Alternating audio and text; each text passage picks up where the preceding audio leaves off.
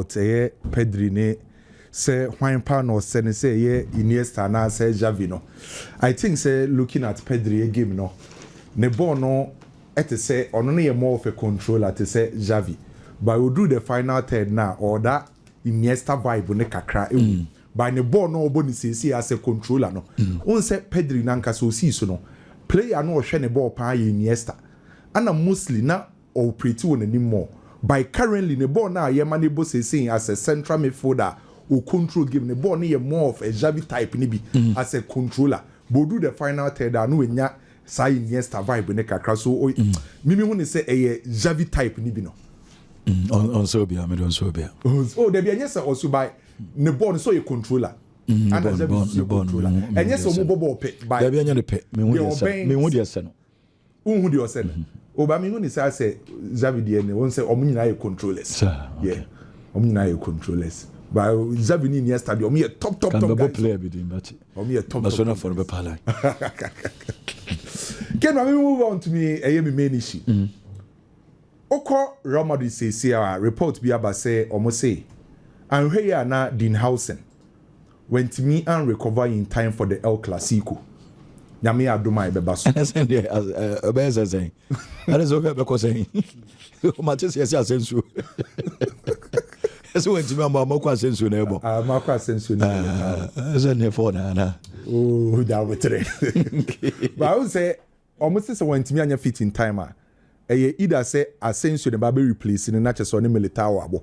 Na madu di mpanyimfo decide say omon pese ombe riske Huijsen na omo apre omo ho amana ba bi si akan ne manimu ya say ontimi nya fit in time.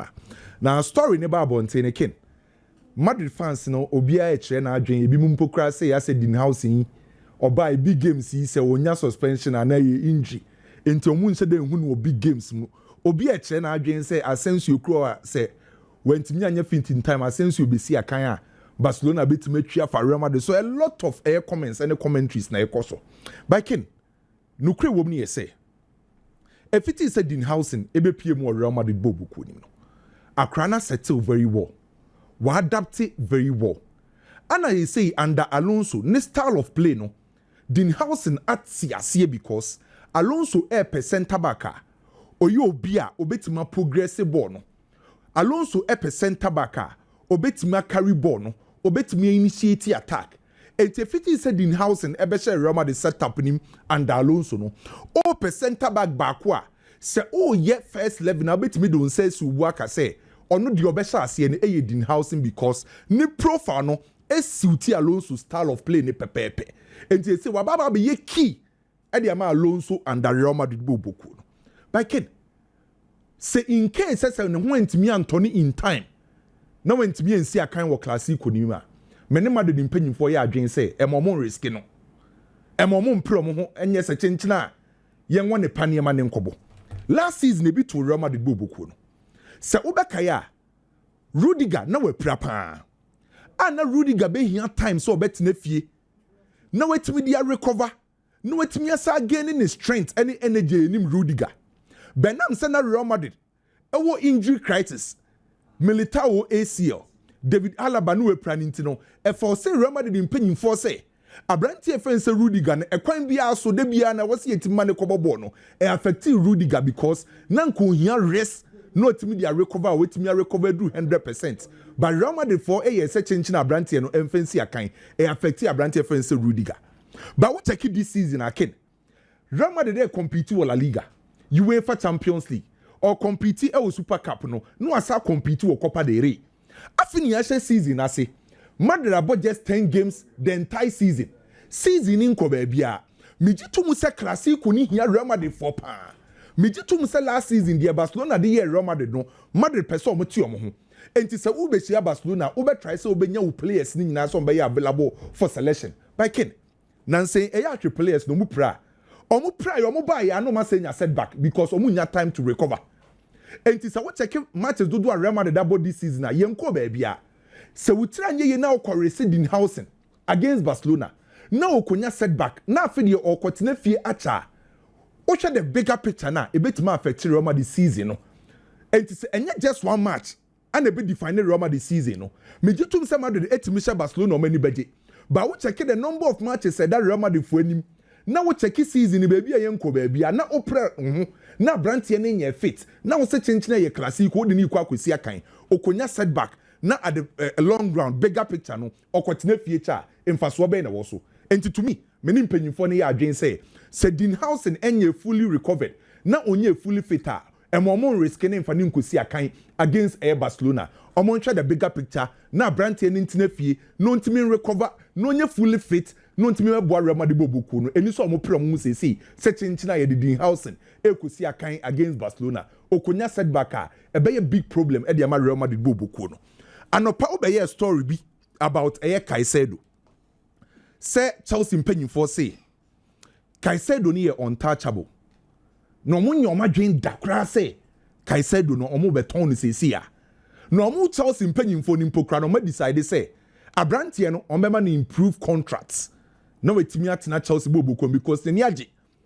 enfa ho say abrantie ni change ni agents no ene ni agency no Chelsea fo wogidie say Caicedo ni ye happy e wo Chelsea a embo mutirimu da say wo so mutimi so mo ton abrantie no ken Caicedo no ne contracts ebewu 2031 osa 1 year option e de kan ho bi na oje 150,000 pounds a week na Chelsea decide so mema ni improve contract a ni siko mbe so msa de kan ho no ebetimadu Enzo Fernandez mu die ni bi ewiase bi bietimi si wo wiase football so sa na bibia betimasie obi adwin timi sisa just a second by imprempren ya ye ka say ken minim die besi a Chelsea be ya o madwin so mo ton Caicedo mi hu se besi mi gitum se nipa sisa na adwin by imprempren ya me no ka say minim die besi a be ka say met say Chelsea si o ton Caicedo there be because Chelsea so person build a team for the future no mutimi dominate English football no mutimi ba Europe be dominate and say who build the team the first thing I was will consider you say who key players who better maintain these players no team nim so person build a strong and a formidable side if it is a Caicedo free Brighton and better Chelsea set up nim no ken next season ye say ne uko Chelsea team nim now ka say who ka key players ubo Kopama the next player be team ye Caicedo net me grow to the level say ye ka key players our Chelsea set up nim a untimi mbonyi ni di mfam film.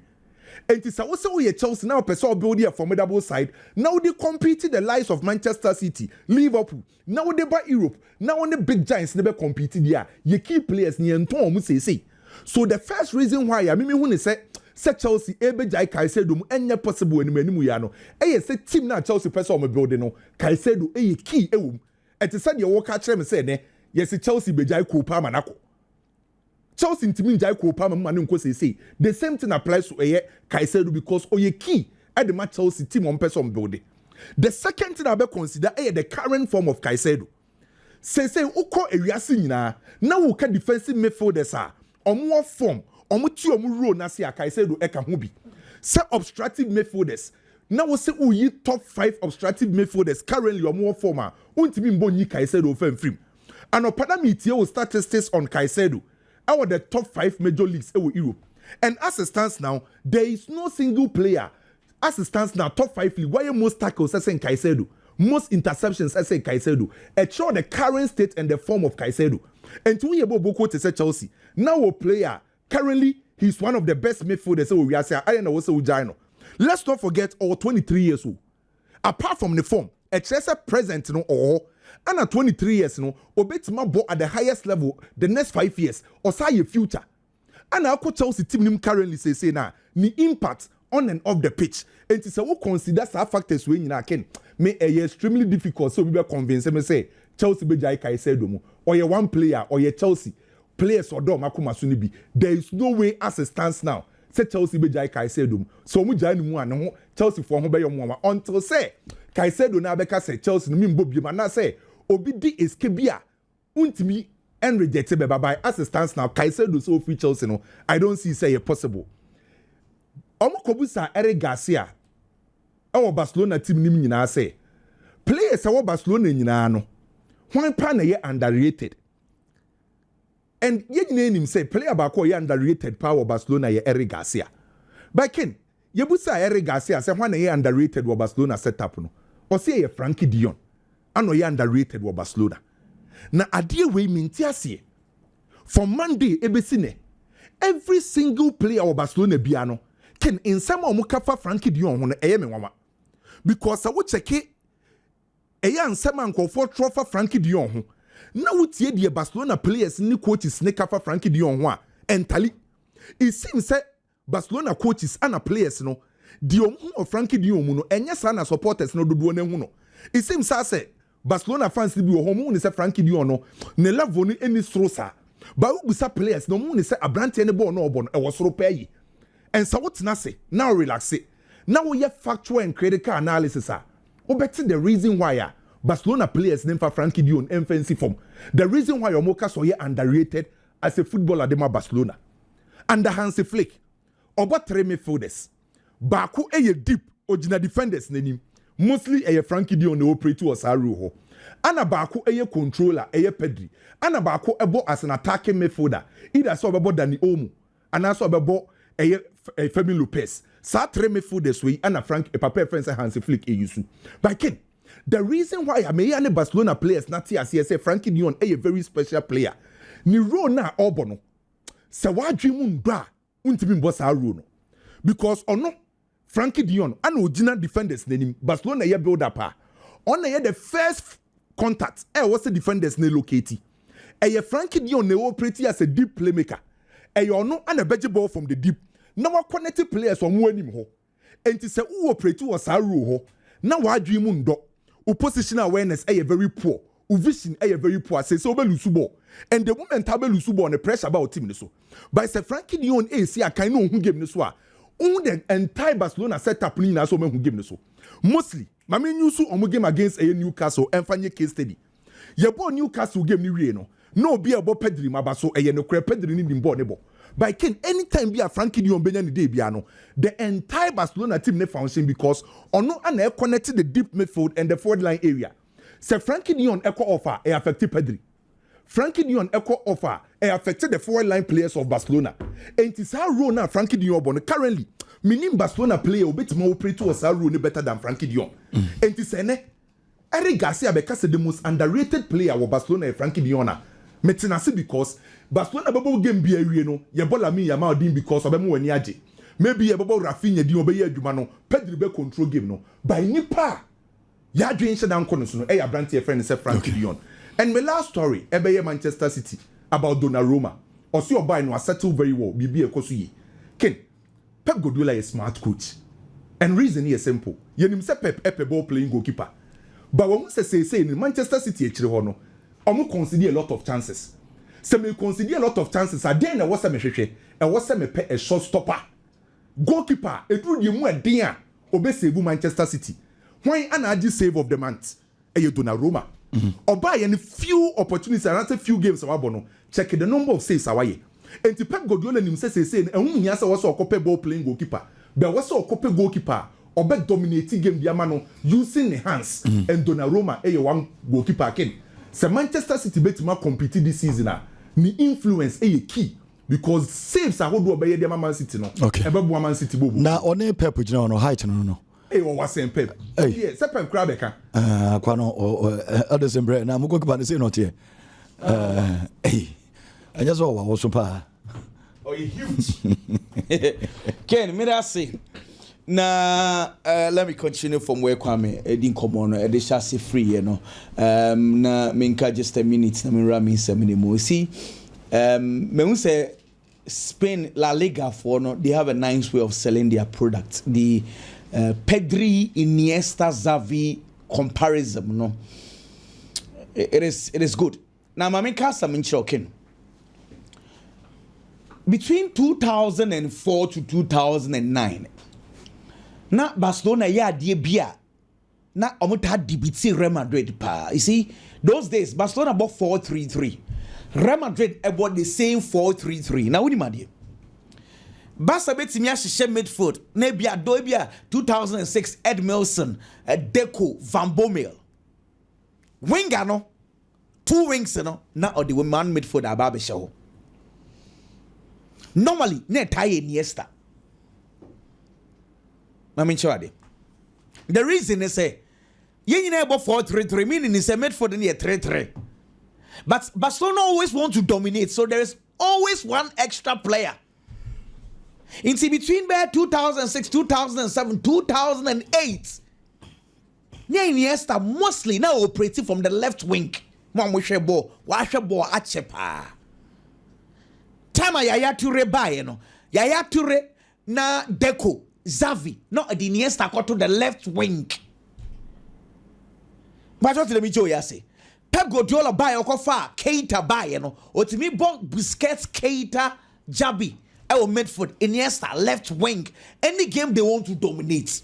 Mekadi Studio say, what I said, Tama Xavi, Eba, Barcelona as the head coach. No, you saw Gavi as the left wing. Okay. No, you saw Gavi. The whole idea was to bring that Iniesta vibe. Yes, that's a game now. Or boss a left winger. Ye controlling game now. Or bet drop ya banfifi. But Gavi and Simia Iniesta. Because the Studio say, you see, Iniesta was molded in as an attacking midfielder. And obe ropi in midfield into the attacking instance wonimu kakra. Xavi was a defensive midfielder. You can't say go be replace Pep Guardiola. And also Sambaye number 8. Into also so is cast in the mode of more of a controller. Into say see a Jume na Pedri no na Xavi those days.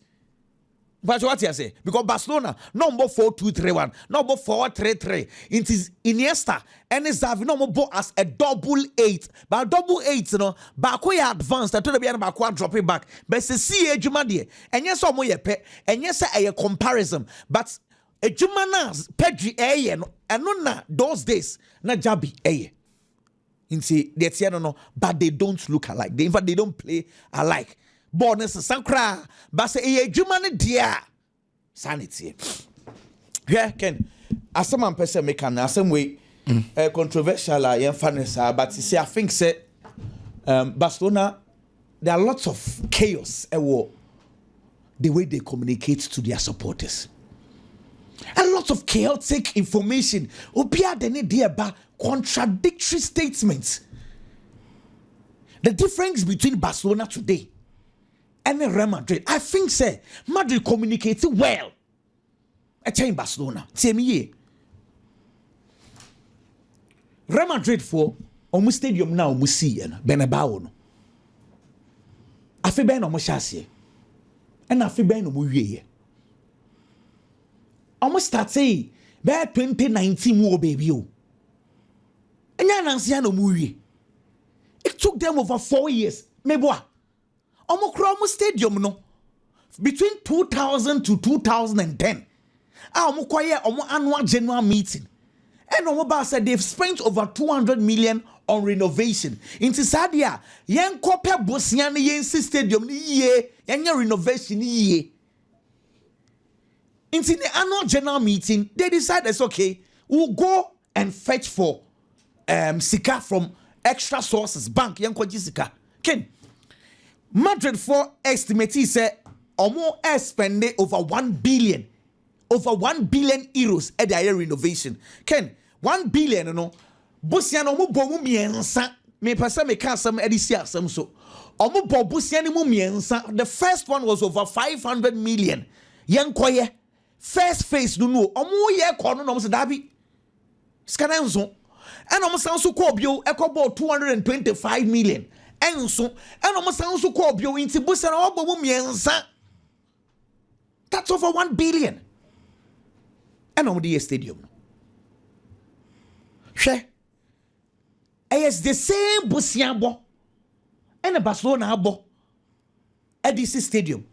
But what is the communication between the two? Madrid they are doing their own thing. Stadium no. Yenya botre ma papa ne ensi ni stadium and Madrid supporters ni nya botre and we see stadium ne kama Barcelona to omu stadium 2 years mu ani o meboa ekeka ko 3 years problem be na esi Madrid Busiani from US companies or JP Morgan. Barcelona Busiani from 20 companies. Nina keke kabom and over 1.45 billion and a diesel stadium. Barcelona no Omokrano companies they say until say stadium no ombe use no Busiana makwaje no you don't need to pay. Inti the payment starts from the very first day Barcelona will play football there. Problem be any ho. 2 years, all year renovation, 1 year. I think you say, inka normal because Barcelona stadium no so. That's what I'm about. It's a problem, Ben. And so communication and ye near Bani di La Porta tam La Porta Simunya Boche Akakakra. It is too much. I think they are not communicating right. Tell your player, tell the supporters to say, Adiana, the stadium is huge. So, who need time? But as people every day, now you're subject to Barcelona stadium need to radical. Meanwhile, it is not easy. Stadium no in 2 phases. First phase, they say, on by a capacity of 27,000 and we much go. Phase 1B and it's on by 45,000 or what omechum. Phase 1C 60,000 and unkonya no my area no say your phase 2 na apatie and na on by the apatie no esoro unkonya na ho no mo rufi ho kakra e de aka ho. That is the phase 2. That is where they are at the moment, yet they are not communicating. Communication about bontin so stadium ni area and sir, please, they should communicate well. Barcelona are not behind time.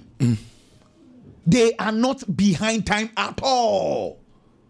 Asamba Barcelona one. Essence information no doors unti na hey no omase case. But the president na nkasa beka so mawi aka document. Yenu aba na on a finance. Madam Helena Fons. Yeah, Helena Fons so beka so mawi only documents in here mo. But an images here we show television so e just say omunwi. Here problem e buy. You see internet so mun communicate here no. We no ka so mowie no so omowie phase 1B. Phase 1B ni say on be nkonwa mako 45,000. No mo dey host games. The idea ni say nka yenya 1B ni wie ye 45,000 ni wie a na host games. They said the Santiago Bernabeu no mo because Madrid Stadium they were playing games whilst they were doing. But omo dey call in mpanyimfo na njantum because omo say nyema ni bi ho mo wie ye. Inti Barcelona can omaka say ye wie no na nye so we stadium no we parts of the face but one kasa o man chemu ye and supporters no shema me kasa mcho Barcelona levels hey Barcelona ton o japade Barcelona for ahia shema me kasa mcho. Let me tell you the truth. Mama, one example pen memo because of time. Company bi America friend is 6 streets company Ken Real Madrid 360 million. Uadajia, go and Google it and read it because of time. 360 million. Says Santiago Bernabeu no. Almost so ato pata on by a premium seats near there. 360 million. Me bacho what's a who did Kent, I think said there is a Pemami 6 streets and Real Madrid. To said yeah Wako Barcelona now ye discuss VIP seats. Barcelona koton mu VIP seats. Hey Barcelona for here and blah blah blah blah. See streets. They did same with Real Madrid. If I can't patch up mami pa. Oh Adaja, go and read it. But Barcelona's contest is that hey omunim de omo ye because in phone in chase. But Madrid they communicate the official statement Real Madrid brought in 2022. It was we are having a partnership with these people. Alai? Okay, Nyamisha Kent. And I don't know. Let go and read it. You're moving on and Kayasam. No, until they start communicating right. No problem, Libri. I say politics no dorsum. Politics no wala porte ni so more chain. Hey, Jumano, communicate to your supporters right. Anyway, Ken, share Dembele issue. No, I think the PAG should be very careful. And Ramiti Garrett Bale say, Adebaku stro. Obo boni nyina ne se obebobu ewie na no achire na oni sika because what's a place ni binka eno nti me can we am say papa Gareth Bale afa na mate wase because it got to some point in time and now we get 32 million Real Madrid born na wo mobi enso na emfa no say obetina club no me can dey so dia say footballers no omudrum pempen so bi a eye sika over career wo Mr. Meka Dembele we see o dey say so achieve football mu no we see individually a Ballon d'Or. Inti the conversation is that say watch Ballon d'Or na wia. I was so pesika kakra de mano. At the moment he's the highest paid player. Our Paris Saint-Germain oji 18 million. And on sika no person mo de 30. PG for say 30 there. See you move from 18 million to 30 ya. Automatically you are telling the rest of the players to say obia meje aketuantum which PG want to avoid. Because the 2 years in here, PG are labor if they have suffered very well. Say, on bet on wage bill. So because Messi, Mbappe, Neymar, Mbappe not just 72 million, Afibiao. Messi not just 63 million euros, Afibia. Neymar not just 53 million euros. In fact, for 1 year, now Paris Saint-Germain wage bill 348 million. Say on match so ako 147 million. Into 2-3 years in here, a deliberate attempt to reduce the wage bill of Paris Saint-Germain. Into my year, they so they are okay. And nothing that Donnarumma can say, first can be count, woman fee or manokoi. So they have done very well. But Dembele, he's the star for Paris Saint-Germain. He's the star for the French national team. They need to manage the situation well. Okay. Now, my solution is instead of increasing boy in wage bill, utumwa a bet trigger wage bill because we'll be abeba. I then a PAG4 and man a special bonus for winning the Ballon d'Or. Sebian in the contract. And they said Obiano or Dadri say we have Ballon d'Or. But I'm saying it's a reward for winning the Ballon d'Or because I know so no announce because players na say yan nyina na body ma Dembele. Jom first come fetch him man. Oh, omo ye de bia. Okay. The fair it's when special bonus where they say we ne busuan for. Until open na busuan ni bia. Because can here ade na o maye no they've achieved a lot of success. But one bad decision, a best team nina. Because he say PAG team no asumdwe wo ho.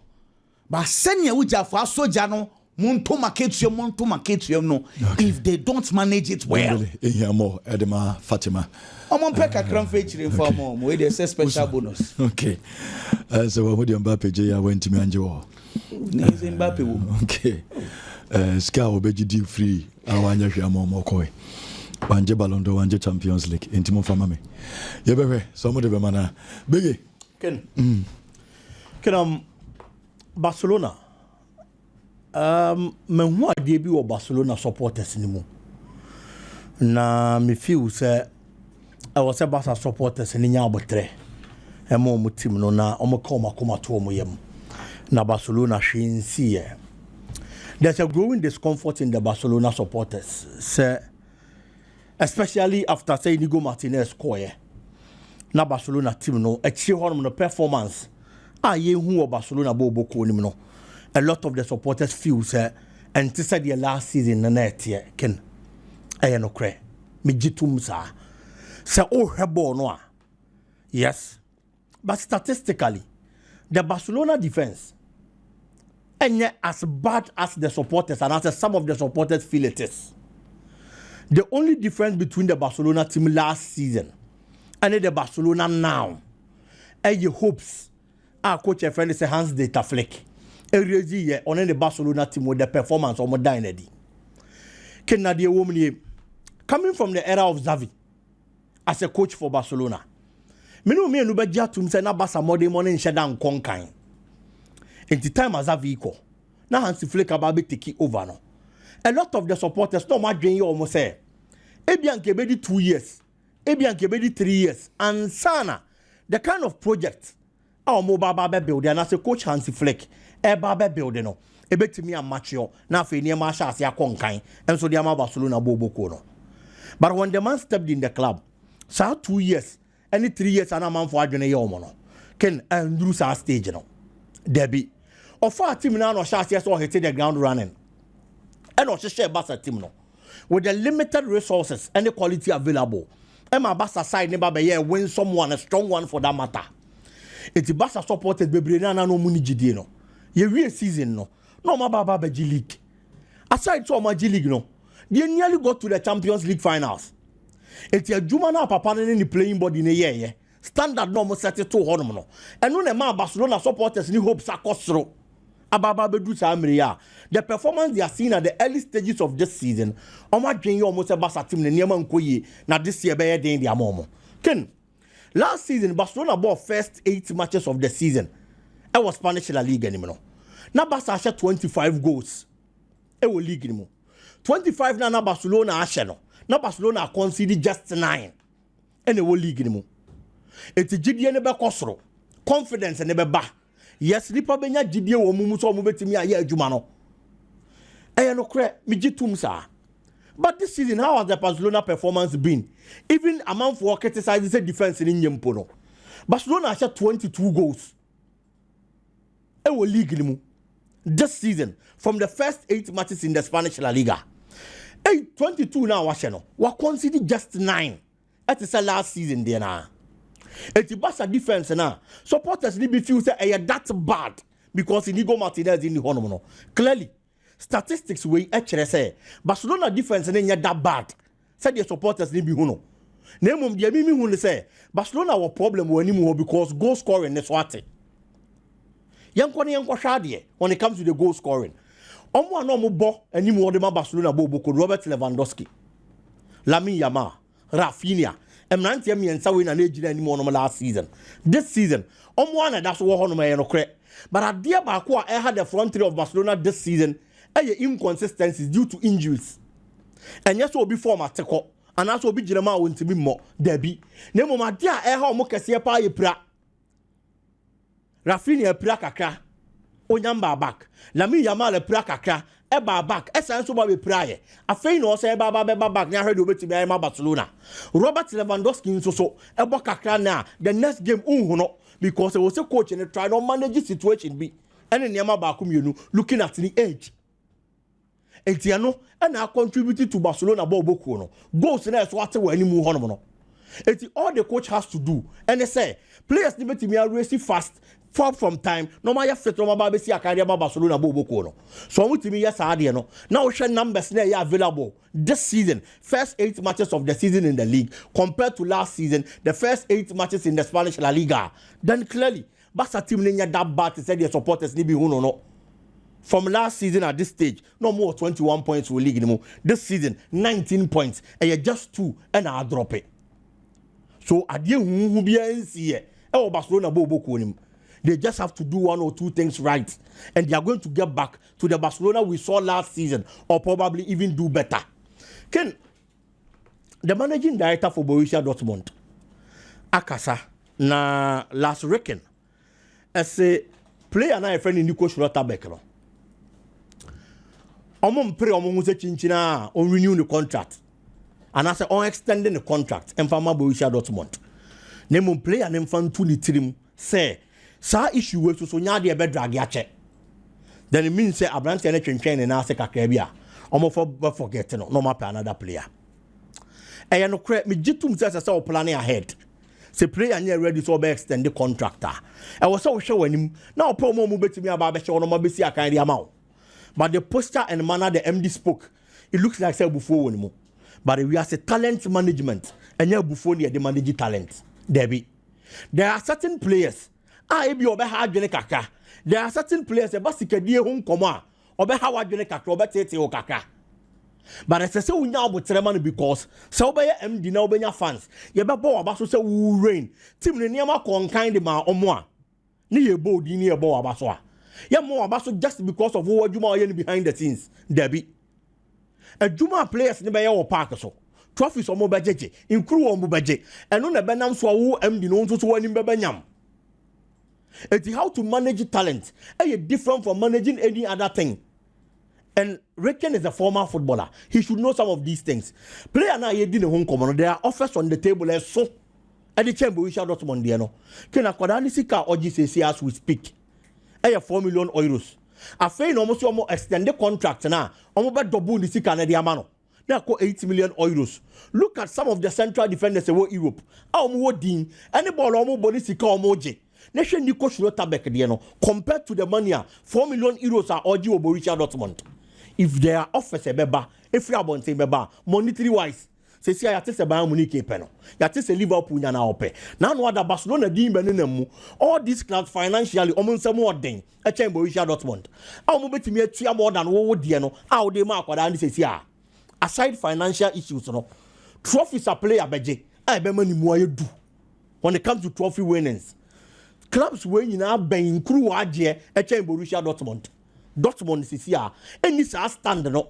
So betimi age Champions League says here. So betimi age even the Bundesliga says here. Me no work say. Looking at the kind of a Juma company and the Bayern Munich air. And this whole person keep talent no see a kind of mawa. And we so who can first approach situation no. No what me call me play and down. No I extend the contracts in the amount. And yes I dey. Obo we are the contract in June 30th 2027. Cash in on the player. No man do sika if I show bottom. Kin ka krebi on Martinelli. Waka sembia for Ateta. Na o say Ateta aboa ono Martinelli as a player. Ono na ama ene obaba be better player. E wo Arsenal bo boku ni mu. Adia ba ko Ateta aye. I am a lot of the Arsenal players are respecting so much. And they say most of these players almost see a kind of Arsenal no, with no disrespect. Ken omo ba Arsenal no munya big players. Mikel Arteta and Sano, and what transforming these players to the kind of level they are. Bukayo Saka, Saliba, Gabriel Magalhaes. These were players are not unknown. Martinelli was bought from a second division in Brazil.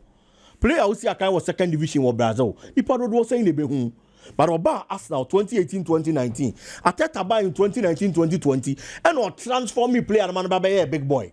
Into such a person, he feels highly indebted to a coach of any Mikel Arteta, and say all papa na basu and was na bobo him because we be at Yamawa. Manipani was a dear no Yama when he also men keep him mute. Naturally, Nipani knew one of my Babeka. Debbie Arteta has played a vital role in the life of these players, and I am a descendant or more cardiac coach in any munyam. Martinelli, yes, he's an international player. Yes, okay. About Brazil national team from second division. From second division of Brazil. Merci because I'm far at the stories in Eba. Biggie ever to also the